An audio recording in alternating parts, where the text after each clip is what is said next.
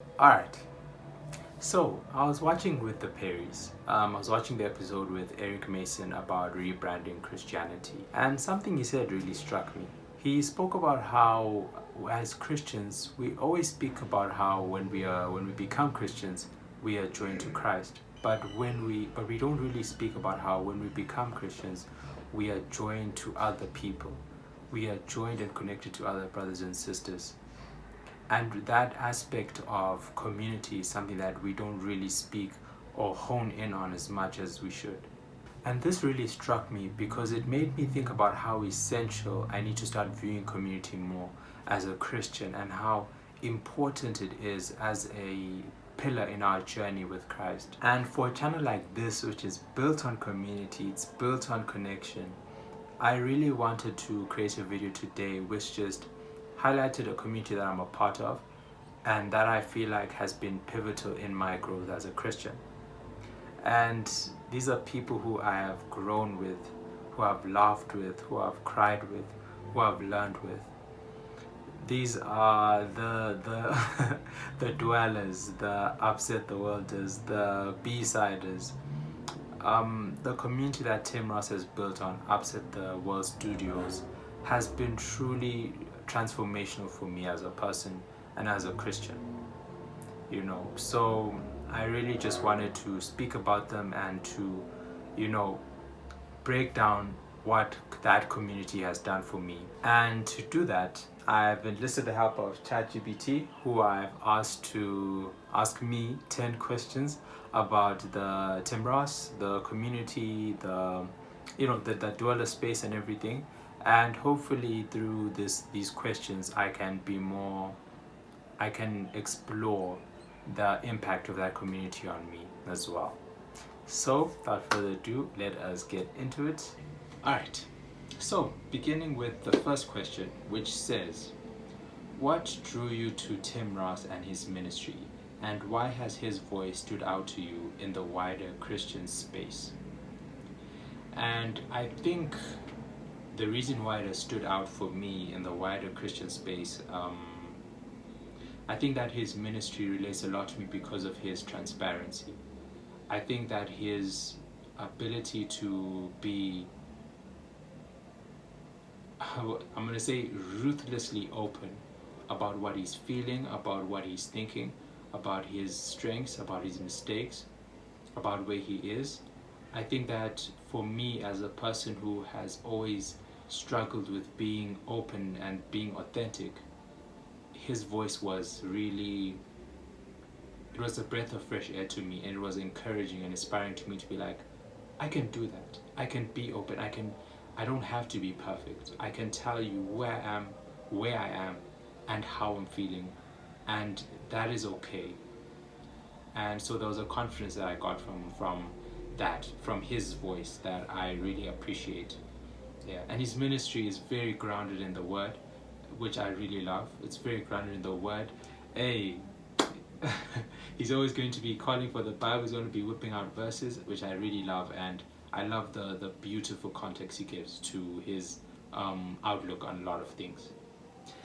Then, two, the basement is often described as a safe place for raw and honest conversations. What does that kind of space mean to you personally? Sheesh. I feel like everyone, where, man, that is, I think we're all just looking for a space where we can be ourselves. Space where we can be raw and honest, where we don't, we all need filters, but where we can just we can let our guard down. Where we can come into a space where I know I can say anything, respectfully of course, but I know that I will be received in a way which is loved by other people.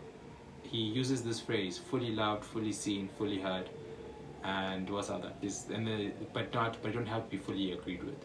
And I think that's what it is. You don't have to agree with me, but if we can create a space where I'm fully heard, I'm fully seen, I'm fully loved, that is incredible. That is, I look for that in so many of my relationships, man. So Tim Ross was the first blueprint for me to start like also instituting that in my relationships with other people, where I'm also like trying to pursue that through my own actions. I want to be the change that I want to see, basically starting with myself.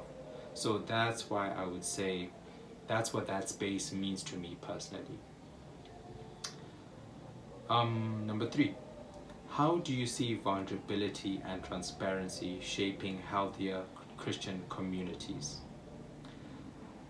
The way I see vulnerability and transparency shaping it is, I think that it destroys the altars of perfection. I've been saying that in a lot of videos, but I think that as Christians we have developed so many altars of perfection, whether it's people, it is situations. We are scared of imperfections. We are scared of, I think, we are scared of really being ourselves in our weaknesses. And I think that vulnerability and transparency shapes that, because you are able to address the lies that the devil creates, that you're the only person. And I think that when we come into a Christian community where there's vulnerability and transparency, it destroys any perception, any wall that could form, where I start to look like, when I go to church and I'm like, man, everyone is like perfect, and I'm the only one, because I'm struggling with porn. I'm the only one who's like dealing with envy. I'm the only one who's dealing with jealousy. I'm the only one who's dealing with, maybe I'm struggling in my marriage. When we have transparency and vulnerability, we're able to like break down those walls, those barriers that the devil is trying to create, and it creates a healthy Christian community, because it allows us to also come to God more fully, more as ourselves. It allows God to know us more, which I think is so important. I think is so important and should be encouraged more in like a lot of Christian communities as well. And then question number 4. What impact do you think Tim Ross' openness about his own struggles has had on the culture of the basement? He always says that with some things you have to be first. You just have to be the first to do it. In a lot of difficult conversations, you can't expect other people to start it. You have to be the one to start it.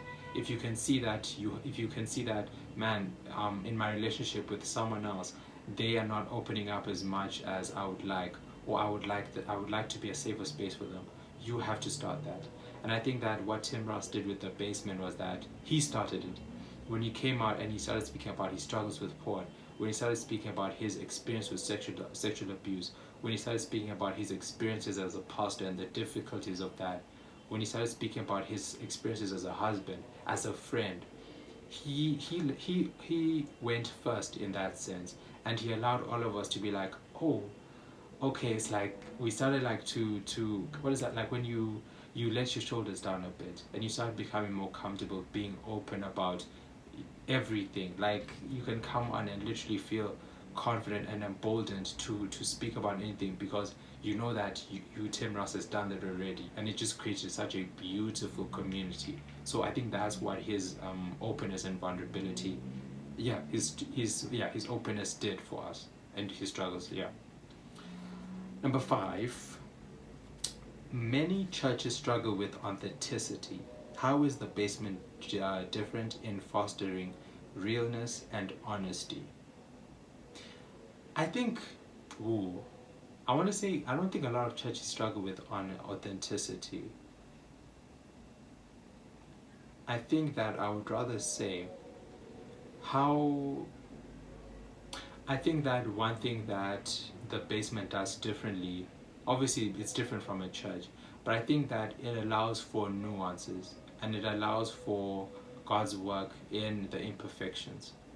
I think that when we look at the Bible is built on a collection of stories of people who are imperfect, people who have gone through ups and downs, whose lives have not been this linear like perfection. There's only been one man who is perfect. And I think that what the basement does really well, and what we can learn from in churches, is allowing for those nuances to be there. And I think it's allowing for people to fail, and that is not kind of like the the stick that is going to be used to beat them. Like, we still love them, we still see them, and we start to become this place which encourages rather than breaks down. And I think that allowing for nuances in our lives and in our walks with other people, I think is such a beautiful thing. I think that, so I'm not going to say that a lot of churches I'm not going to say a lot of churches struggle with authenticity, because I don't know, because obviously I've only been to a few churches, so I don't want to make that such a blanket statement. But to talk about how the basement has fostered honesty and realness, I think it is allowing for that nuance. That is the most important thing. And then number 6, which says, what role do you think digital communities like the basement play compared to local in-person church communities? And I would say that the role that digital communities play is that I believe that they should be co-workers to the church. I think that they are a tool that the church uses, can not even, that is built to support the church. And I think that when I say that Tim Ross would just, actually it might have been yesterday he was doing a video on discipleship, and he spoke about how in 1 Corinthians 4, the whole premise of it is that in the walk with God, in each of our walks with God, we are all co-workers. And so there's no one who's better, there's no one who's worse. And so I think that in the role of digital communities, I think that in the age that we are in, which is online, everyone is chronically online. If you don't want to be in some way, if you just can't, in some way, shape or form, you are going to be online. And so digital communities play a pivotal role in reaching people who the church doesn't have the ability to reach because of its physical. But because now you have these digital communities, you're able to reach people in different countries, different time zones, different circumstances. Anyone can bump into the basement and start watching a video, and that can encourage them to go to their local church. And so I think we're all co-workers in this, the digital and physical communities of the church. They're all co-workers, I would say. And then number 7, who or what from the basement community, a guest, conversation, or moment has inspired or challenged you the most, and why? Wow.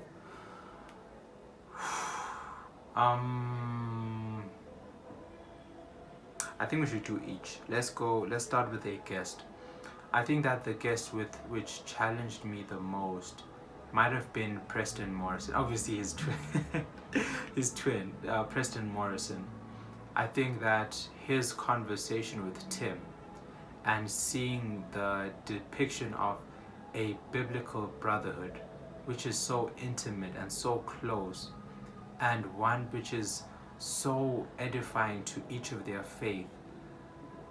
Bro, it made me look at my friends and like, yo, I want to grow to be like this with you guys. I want to grow, and I want our relationship to be like this place where we can both inspire each other and grow in our walk with God.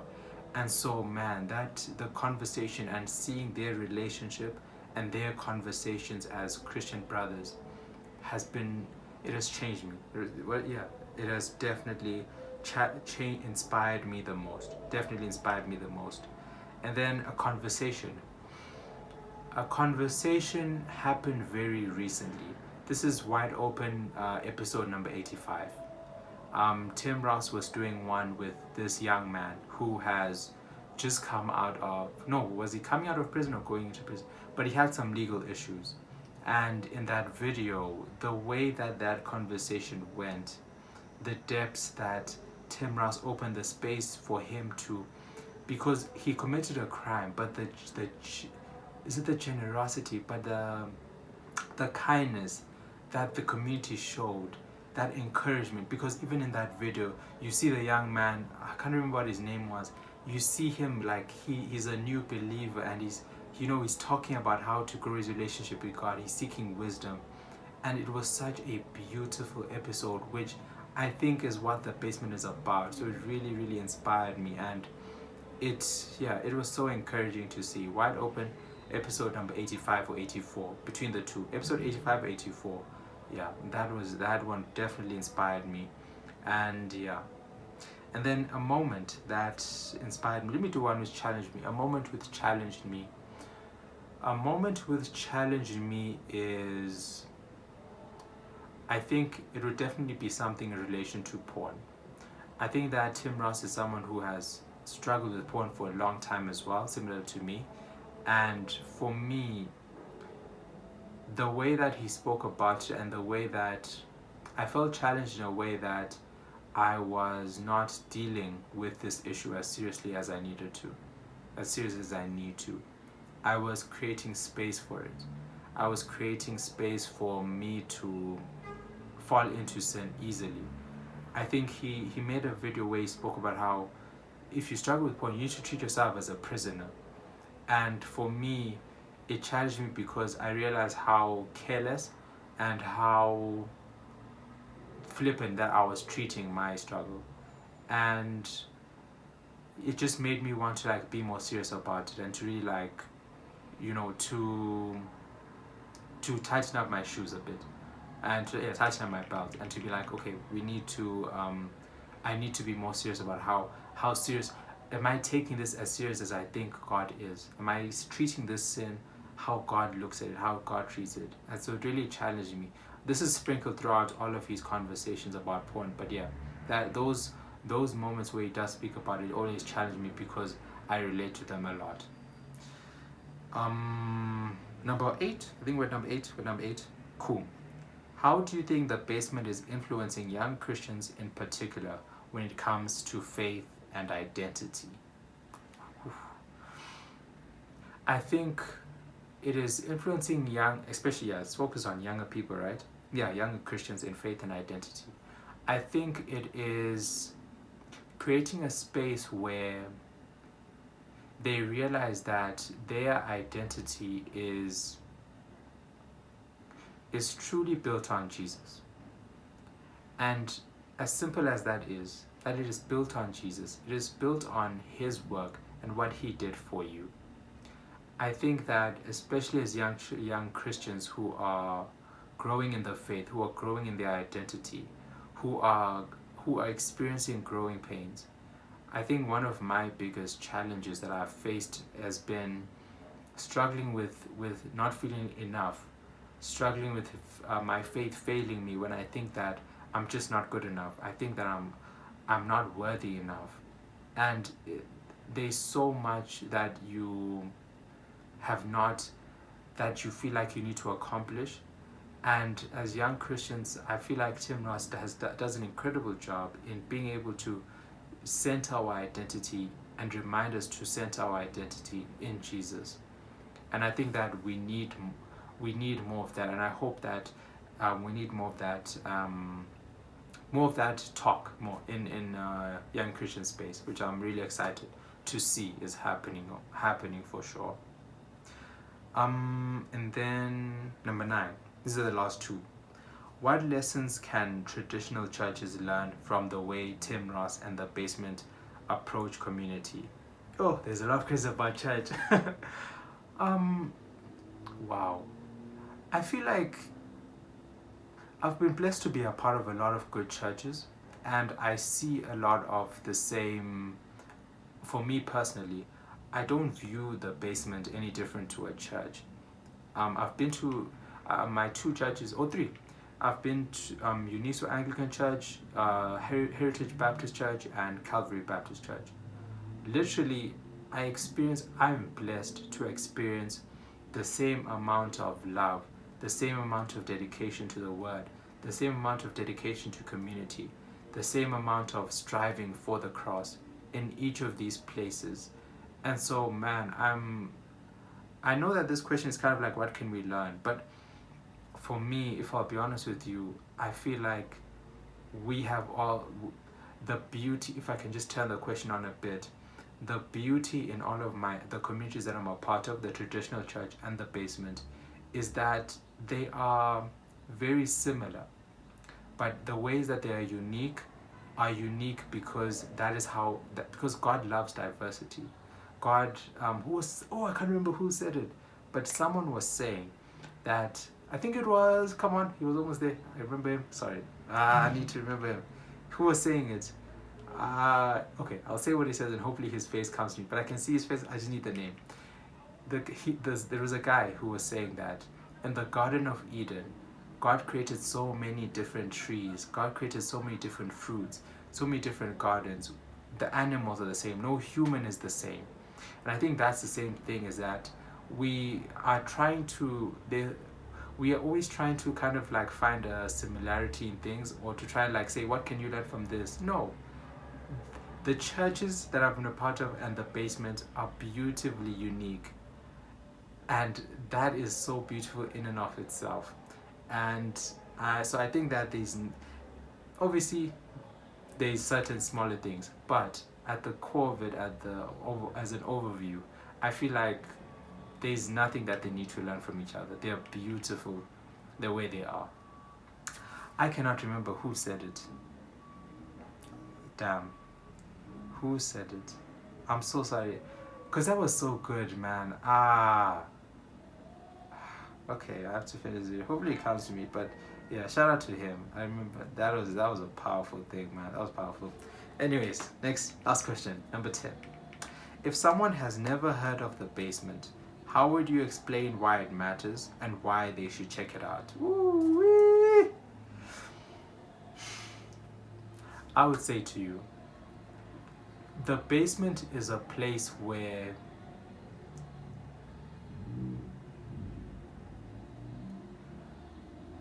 you can be real, where you can be yourself, when you can show up with as much baggage as you have, or as little baggage as you have, and you'll feel right at home. When I think about it, I always think I imagine it very similarly to feeling a place where you can be weak, and that weakness is not something which is like, it's not anything which is to be like looked at or anything. It is a part of you. And I think that if I were to explain why it matters, I think that matters because we're in a space where so many people are in need of a community which feels like authentic and feels vulnerable and feels like a place where they can just take their shoes off and just sit. If they need to cry, they can cry. If they need to laugh, they can laugh. If they need to if they can talk about anything that's on their mind. And so I think those spaces matter so much in a world which people are experiencing so much joy, so much pain, so much of everything at the extremes. So that's why I feel like it matters. Why they should check it out. I mean, if you want to, I think that, I don't know. Okay, question is why you should check it out. I don't know if you want to. I think if it's something which you would like to. I don't think I struggle with, okay, let me come back to me. I always struggle with asking people to subscribe. I always struggle with asking people to like videos, because I feel like that is so, like, that's not the point. If you should check it out, you should. It's a cool space. But if you don't, it's also cool. So I think that, yeah, you don't need to check it out. You are, I believe you're perfectly fine wherever you are, and that's okay. So yeah. Sorry, that took me in another place. I'm so sorry. That feels very random. But yeah, those have been the 10 questions that I asked ChatGPT to ask me about the basement, Tim Ross, and all that, the community. Hope that this has been a fun video, and I hope that I've been able to explain why I've enjoyed being a part of this community. And yeah, much appreciation to Tim Ross, Hector, Derek, Huli, and her baby. She just had a baby, so I pray that everything is good, and for the family as well, and the wide open community. I love each and every one of you. It has been a joy to be a part of this